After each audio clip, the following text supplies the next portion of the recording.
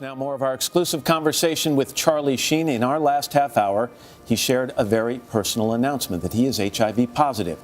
He decided to speak out now, in part because he says he didn't want to live in fear that someone else would divulge it. What happens when the biggest star on television spirals out of control and a hit show's fate hangs in the balance? 2.5 Men was the sitcom that felt like America's living room, pulling in around 14 million viewers weekly at its peak. Charlie Sheen was sitting right at the top as the highest-paid actor, banking nearly $2 million for every single episode. But behind those laughs, there was a storm building, a meltdown so loud that it did not just shake Hollywood, it forced CBS to pull the plug on its golden egg. I know most of you must be wondering, what exactly caused the sudden collapse of this comedy giant? Was it just one scene or a slowly built-up plot? We will get to that. But first, how did Charlie Sheen become television's highest-paid actor? And what made 2.5 Men the most watched sitcom of its time? The rise and reign of Charlie Sheen on 2.5 Men. In the autumn of 2003, 2.5 Men premiered on CBS, tucked into the Monday night lineup with a simple promise to bring laughter back into living rooms. The concept felt straightforward, following the carefree life of Charlie Harper, a jingle writer living in a Malibu beach house. His world shifts when his uptight brother and young nephew move in. But we all know it was more than just another sitcom. It was lightning caught in a bottle, a rare formula that blended irreverent humor with the easy chemistry between its cast, all anchored by Charlie Sheen's effortless performance. At that time, Charlie Sheen was already a name audiences trusted. He had survived the turbulent glow of 80s fame with movies like Platoon and Wall Street, carrying that cool swagger into the new millennium. His casting as Charlie Harper was like fitting the final piece of a puzzle. Viewers didn't just watch Charlie Harper. They felt they were seeing the real Charlie Sheen, living out the dream of endless parties and luxury while never quite growing up. It was a character so charismatic and flawed that audiences couldn't look away. Within just a few seasons, 2.5 Men became a ratings juggernaut, drawing in around 14 million viewers each week and pulling CBS to the top of the network comedy charts. Advertisers knew exactly what they were paying for, and they were paying a lot. Charlie Sheen's presence turned the show into a cash machine, generating over $100 million in annual revenue for the network and the studio. And the man at the center of it all was raking in nearly $1.8 million per episode. This salary made him the highest-paid actor on television at the time. But it wasn't just about the paycheck. Sheen's comedic timing, paired with that signature grin and a shrug that seemed to say, "Yeah, I'm a mess, but I'm your mess," made his performance magnetic. He could deliver a biting line about hangovers or heartbreak, and somehow it would land with warmth, drawing laughter even when the humor danced around taboo. The show's formula, which combined quick-witted banter with situations that pushed the edge of acceptable primetime humor, worked because of Sheen's ability to keep the character human, even as Charlie Harper spiraled through relationships and questionable decisions. Behind the scenes, the energy was different. Sheen's off-screen life was starting to mirror the chaos of his on-screen character. But for a while, that chaos seemed like part of the package. Stories of wild nights, broken relationships, and personal struggles would appear in the tabloids. But the show kept filming, and Sheen kept showing up, often delivering takes so sharp that the crew would break into laughter before the director even called cut. It was as if the world collectively decided that Sheen's personal storms were just part of the 2.5 Men mythos, adding to the intrigue that kept viewers tuning in week after week. His presence felt untouchable, almost as if the show couldn't exist without him. And for a while, that was true.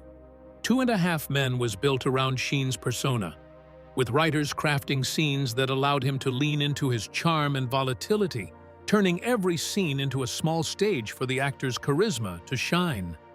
But even as the laughter continued, cracks began to form. Between takes, there were rumors of missed rehearsals, concerns from co-stars, and moments when Sheen's off-screen troubles crept onto the set, forcing production delays and tension within the crew. The laughter continued, but if you looked closely, you could see the concern in the background, like a quiet tremor before an earthquake. What is remarkable is how long the show managed to thrive despite those undercurrents. The viewers kept coming back, drawn to the familiar rhythm of the opening song, the beach house doors swinging open to a new scene, and Sheen's ability to make even the most questionable jokes feel like a harmless laugh shared between friends. It was comfort television wrapped in edgy humor, and it worked because, deep down, viewers felt they were in on the joke with Sheen. Yet, as the show soared, Sheen's personal life slowly shifted from controlled chaos to something more volatile, and the production could only shield itself for so long. The tabloids were no longer just printing rumors.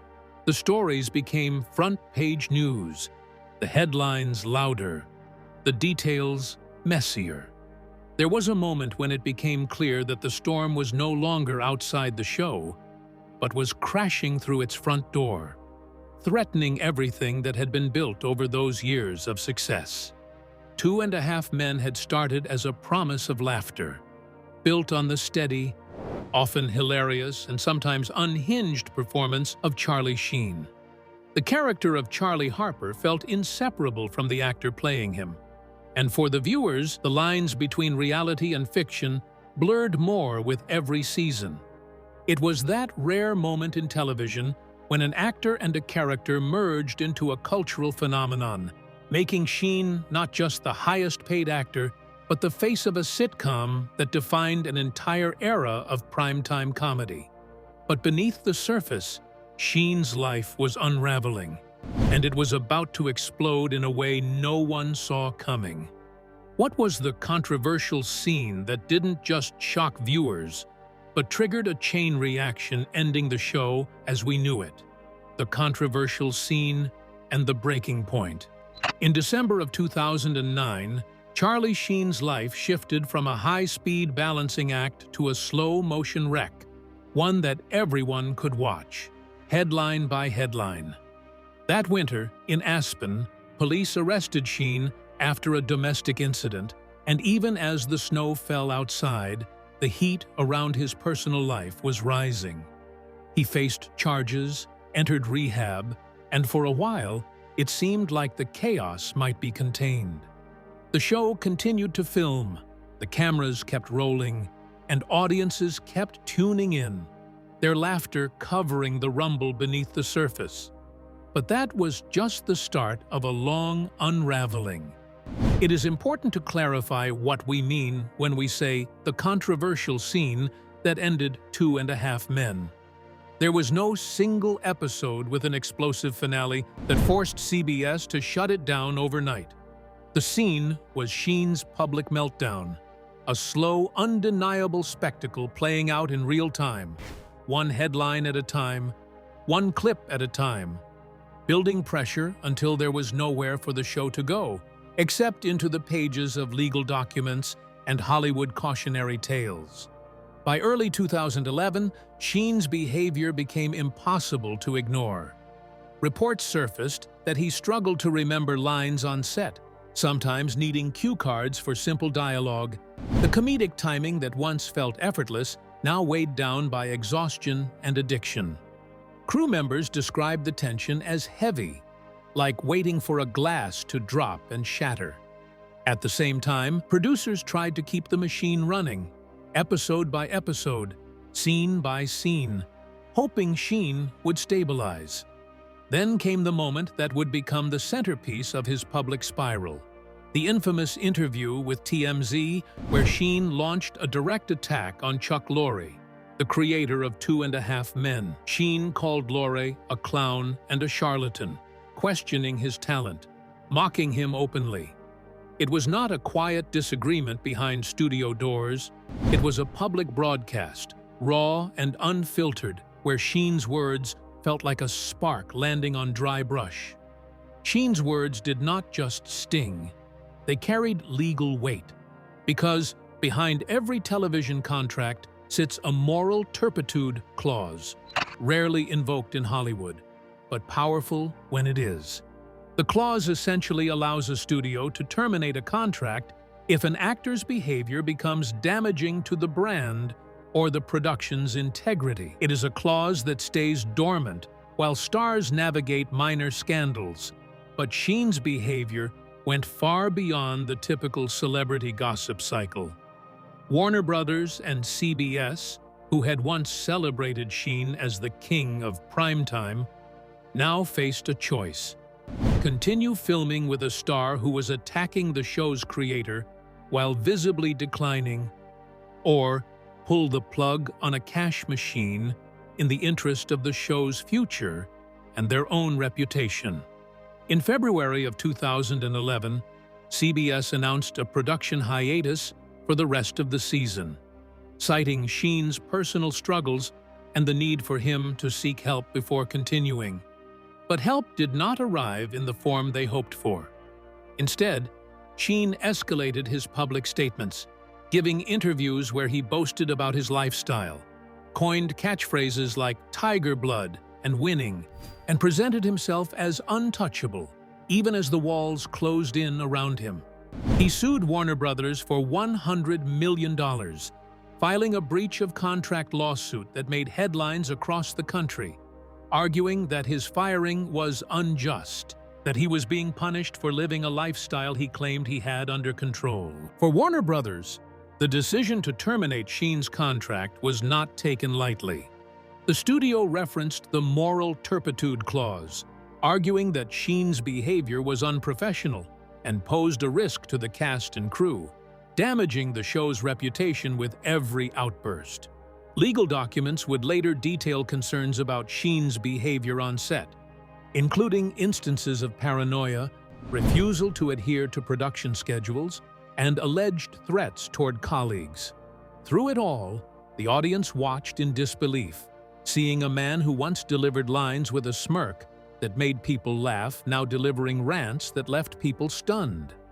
Sheen's personal meltdown became a form of entertainment for some, but for the people working on 2.5 Men, it was the dismantling of something they had built carefully over 8 seasons, now cracking under the weight of one man's decline.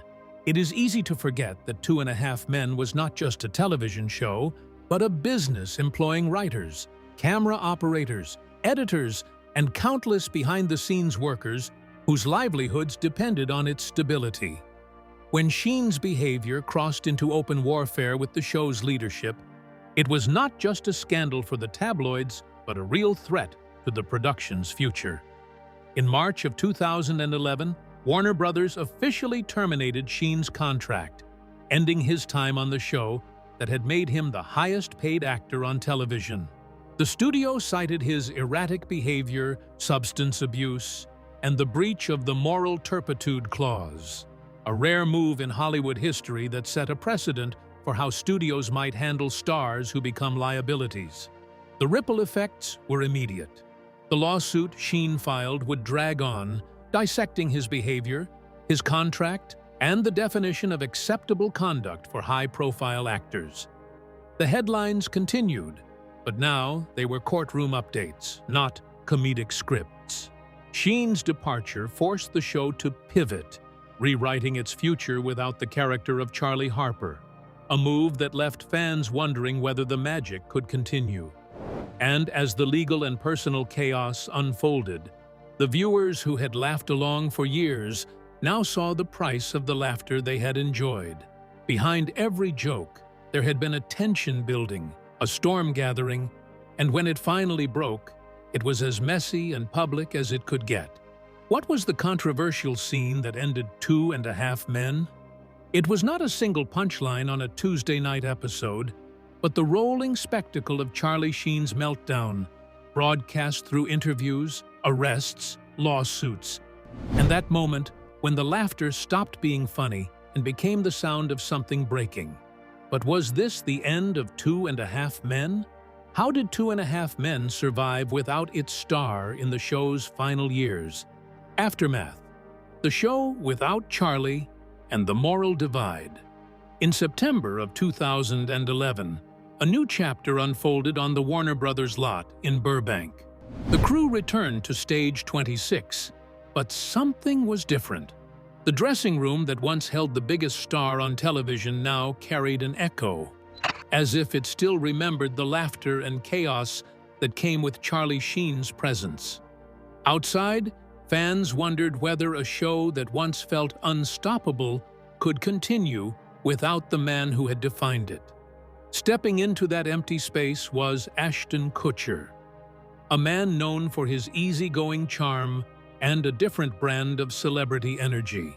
At 33 years old, Kutcher arrived not as Charlie Harper, but as Walden Schmidt, a heartbroken billionaire looking for a new life. Stepping into the Malibu beach house that had become a familiar set piece for millions. It was a bold pivot for the show, shifting from the careless bachelor energy of Sheen's character to a softer, quirky figure meant to refresh the narrative. Behind the scenes, the decision was practical. 2.5 Men had been a cornerstone of CBS's primetime lineup for nearly a decade, generating advertising revenue that touched millions each season, making it a show they were not ready to bury, even as Sheen's departure left a mark that could not be erased.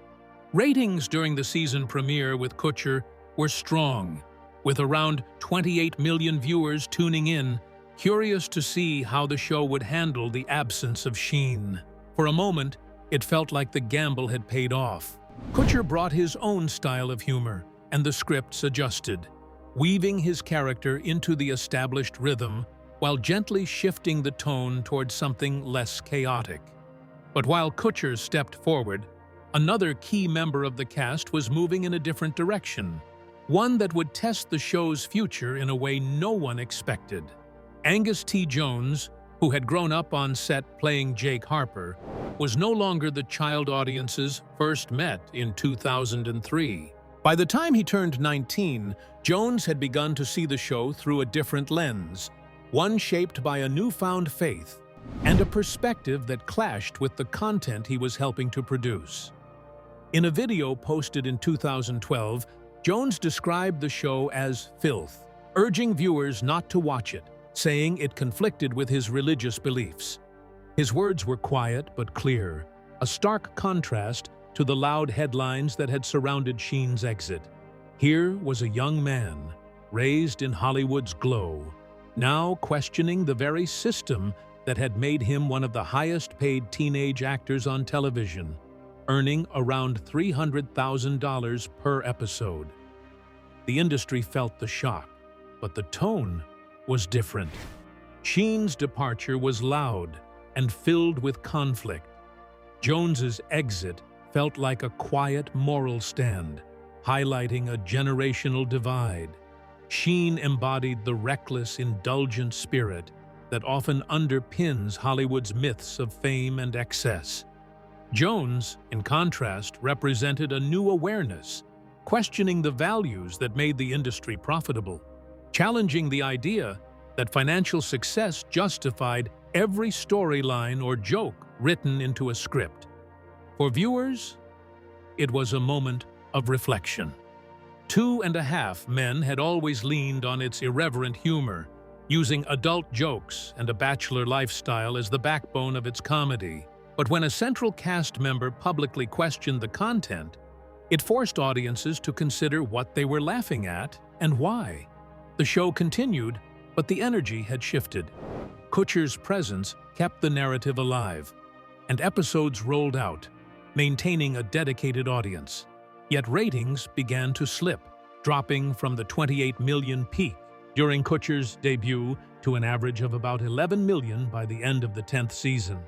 Viewers who once tuned in for the unapologetic antics of Charlie Harper found the retooled dynamic unfamiliar. In contrast, others moved on, seeking new forms of comedy elsewhere. Angus T. Jones eventually stepped back from the show, appearing less frequently and aligning his choices with his beliefs. The producers, meanwhile, navigated the shifting landscape, working to keep the show's momentum alive while handling the absence of two of its original half-men. The series extended for 12 seasons, concluding in 2015 with a finale that brought a symbolic end to a journey that had seen towering highs and public lows. The final years of Two and a Half Men were a study in contrasts.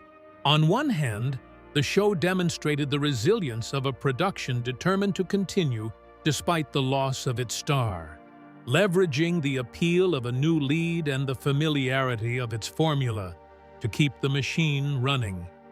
On the other hand, it revealed the cracks that appear when the values behind the camera begin to conflict with the values in front of it, when a young actor finds himself questioning what success truly means. In the end, Two and a Half Men could not fully recapture the magic of its original run, but it did not collapse immediately either. It remained a reflection of the industry's complexity, where financial imperatives meet personal values, where fame collides with the reality of human limitations, and where laughter sometimes hides the tension that is waiting just outside the frame. How did Two and a Half Men survive without its star? And what role did another cast member's unexpected moral stance play in the show's final years? It survived with effort, reinvention, and the momentum of a brand too big to disappear overnight. But it also revealed that even in Hollywood, there are moments when personal conviction challenges public entertainment. But beyond the drama, what does this saga reveal about Hollywood's dark side and the price of success? Hollywood's moral clause and the price of fame. On a mild morning in March of 2011, an email arrived at Charlie Sheen's legal team, stamped with the weight of an entire studio behind it. It was a formal letter from Warner Brothers, stating that Sheen's contract for Two and a Half Men was terminated. Behind that sentence, the letter cited a phrase that rarely sees the light outside legal offices: moral turpitude.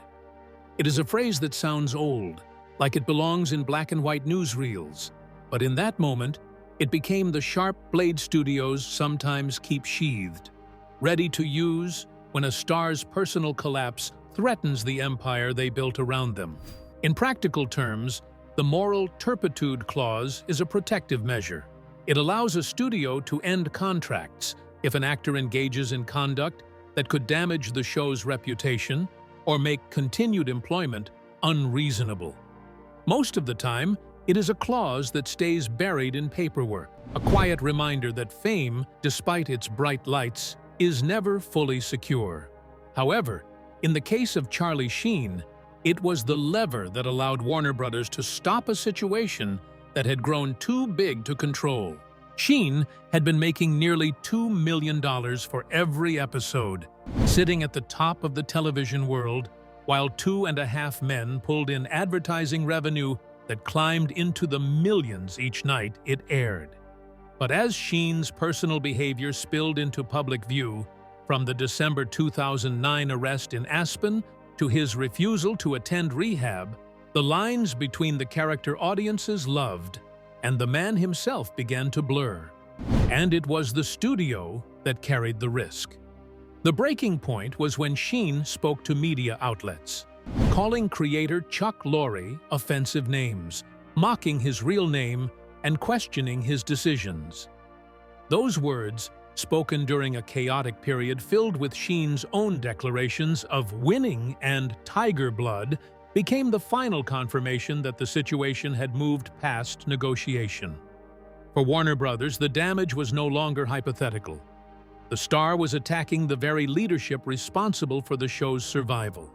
Legally, invoking moral turpitude allowed the studio to argue that Sheen's conduct made him unfit to continue in his role, freeing Warner Brothers from paying out the remainder of his contract while giving them legal standing to defend themselves if challenged. And challenged they were. Sheen filed a $100 million breach of contract lawsuit, arguing that the termination was unjust and that it harmed not only him, but also the show's crew, who suddenly faced halted production and financial uncertainty. The industry watched closely. Studios were reminded that even the brightest stars could become liabilities, and actors saw that the contracts they signed were not just promises of wealth, but agreements balanced on conduct. This case set a precedent, showing how far a studio could go to protect itself when a star's personal issues threatened to overshadow their professional contributions. While the headlines focused on Sheen's flamboyant comments, behind closed doors, the financial impact was immediate. Production on 2.5 Men stopped. Crew members, from lighting technicians to set designers, faced sudden layoffs or gaps in income, even as the network scrambled to protect one of its most valuable shows. For CBS, this meant advertising contracts and schedules needed to be reworked, all while the public narrative grew louder, turning into a spectacle that could not easily be contained. For Sheen, the collapse was more than professional. Despite earning over $300 million during his time on the show and from previous roles, his legal battles, lifestyle, and public image issues began draining those resources. Lawsuits, settlements, and the high cost of living under constant media attention became weights on finances that once seemed endless. This is the hidden truth about fame. The wealth it brings can feel untouchable, yet it is built on agreements and expectations that can shift with a single phone call or public statement. In Sheen's case, the empire he had helped build turned away when the risks became too great, leaving him to carry the consequences that did not fit neatly into the tabloid headlines. The price of success is often presented as a reward, a sign that talent and hard work have met opportunity. But in Hollywood, it can also become a double-edged sword. Fame creates leverage, but it also creates responsibility. And when personal actions clash with the business of entertainment, the same fame that elevates can accelerate a fall.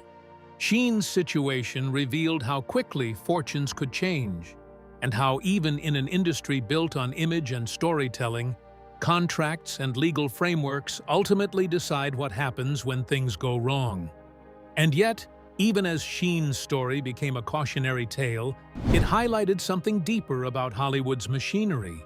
Studios like Warner Brothers carry enormous financial burdens when a show reaches the heights that 2.5 Men did. And protecting that investment can sometimes mean removing the very person who built the brand. For fans, it reminded them that the characters they loved on screen existed within a larger system where art, shares, and commerce constantly pull against each other. So, what does Charlie Sheen's firing reveal about the hidden power of Hollywood contracts and the true cost of stardom? It shows that even the most successful can lose everything when the foundations of trust and professional conduct break apart. It shows that moral turpitude is not just a phrase buried in legal documents, but a tool that can change the course of television history. It also shows that the wealth and fame that many chase can also become elements that destroy a career when control is lost. So, what legacy did this controversy leave for the show, the stars, and TV history? Legacy and lessons from 2.5 Men. On the surface, 2.5 Men was a comedy about a jingle writer and his awkward brother sharing a beach house. It made people laugh, week after week, season after season, pulling in millions of viewers who saw the show as a comforting routine, like the glow of a television in a quiet living room. But beneath that laughter was a story about how fame can lift someone high enough for the world to watch when they fall, and how television learned to protect itself when the people it depends on start to unravel. At its peak, 2.5 Men was one of the highest-rated sitcoms on American television, earning over 15 million viewers on a typical Monday night. Advertisers lined up, and the network saw it as a reliable force in a world where television was starting to lose ground to streaming platforms. Then came the turmoil that no one behind the cameras could contain, and the show became an unplanned case study on how networks handle star meltdowns when they are happening in front of everyone, live and unfiltered. When Warner Brothers decided to terminate Charlie Sheen's contract, it was not only a decision about one actor, but a signal to the industry that even the highest-paid stars are not untouchable. The fallout taught networks to tighten contracts and prepare for public crises, weaving in stronger moral clauses and creating rapid response plans when scandal threatened to overshadow success. In that sense, 2.5 Men quietly shifted how business was done in Hollywood, long after the laugh track had stopped. But the show's legacy also sparked a conversation around celebrity behavior and accountability. Sheen's public unraveling forced viewers to see the real cost of success behind the carefully edited scenes, asking whether fame fuels personal destruction and if the public's appetite for scandal only pushes stars closer to the edge. Conversations about mental health in the entertainment industry, once kept quiet, began to emerge as people realized that beneath the jokes was a man struggling with addiction and personal turmoil. And when the final episode aired, there was a bittersweet realization that 2.5 Men was more than a sitcom. It was a reminder of how quickly things can change in the world of fame and how success can be both a blessing and a burden, building careers while risking everything in the process. In the end, the controversial scene that ended 2.5 Men was not just about one man's downfall, but a mirror reflecting the complex cost of stardom. And now, I want to hear from you. What do you think this saga really says about fame and the hidden costs behind the scenes? Drop your thoughts in the comments and let's unpack it together.